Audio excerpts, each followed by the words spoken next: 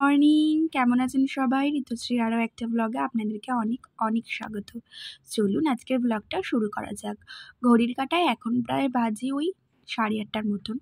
আমি আমার হাজব্যান্ডকে টিফিন দিতে হবে দেখে তার জন্য তাড়াহুড়ো করে ঘুম থেকে উঠতে না আজকে অনেকটা লেট হয়ে গেছে। তার জন্য খুব তাড়াতাড়ি যেটা হয় সেভাবেই কিছু একটা করে টিফিনে দিয়ে দেবো। দেখুন ওখানে আমি ডালটা যেরকমভাবে আমি করি সেরকমভাবে এক সম্বারে ডাল করে নিচ্ছি। আর ফ্রিজের মধ্যে দেখি একটুখানি পাট শাক ছিল, তো ভাবলাম শাকটা ওই না রেখে ডালের মধ্যেই এটা দিয়ে দিই। ওই ডালের মধ্যে দেবো দেখে ওইটুখানি আর কি রেখে দিয়েছিলাম। আর করব হচ্ছে পটল আলুর তরকারি। পটল আর আলুটা আমি আগেই কেটে রেখেছিলাম। পটল আর আলু দিয়ে তরকারি দিয়ে আর পাট শাক ডাল দিয়ে ও নিয়ে চলে যাবে।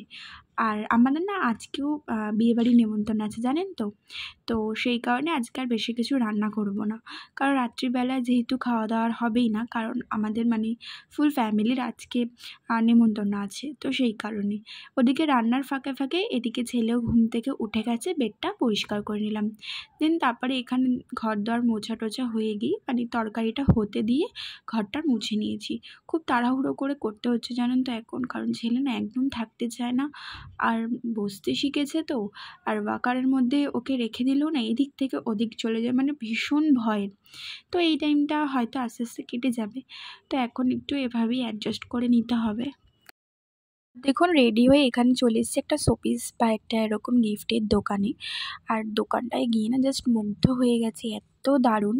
আর দেখুন এই যে এই শোপিসটা দিয়েছি হচ্ছে আমরা, যেটা দেখালাম শিব আর পার্বতীর, অসম্ভব সুন্দর। এই যে সরি, রাধা আর কৃষ্ণর। আমাদের গিফট তো কেনা হয়ে গেছিলো, তারপরে আমরা গেছিলাম আমাদের ননদের জন্য গিফট কিনতে, ও দেবে ওটা, আমরা এখন পছন্দ করে দিয়ে দেবো, দেন ওটা দেবে। তো এখানে দেখো গোপালগুলোকে দেখতে গেছিলাম।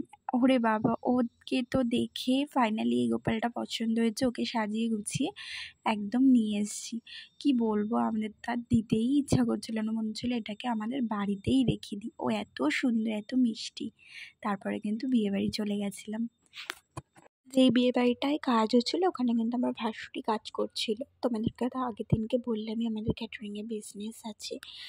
তো এখানে দেখো আম পান্না খেয়ে নিচ্ছি। আর আজকের ব্লগটা কিন্তু পুরোটাই মৌ করেছে, আমার জায়ের বড় মেয়ে।